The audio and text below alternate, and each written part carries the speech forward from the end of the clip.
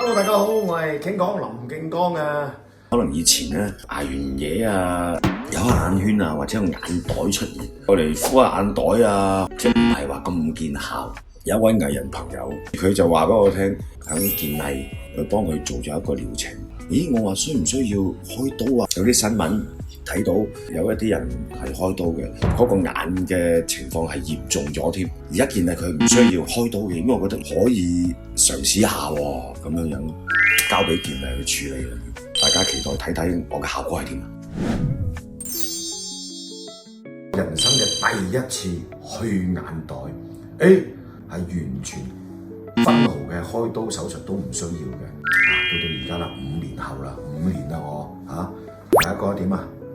個眼袋仍然唔敢翻嚟啊，踢走咗好耐啦。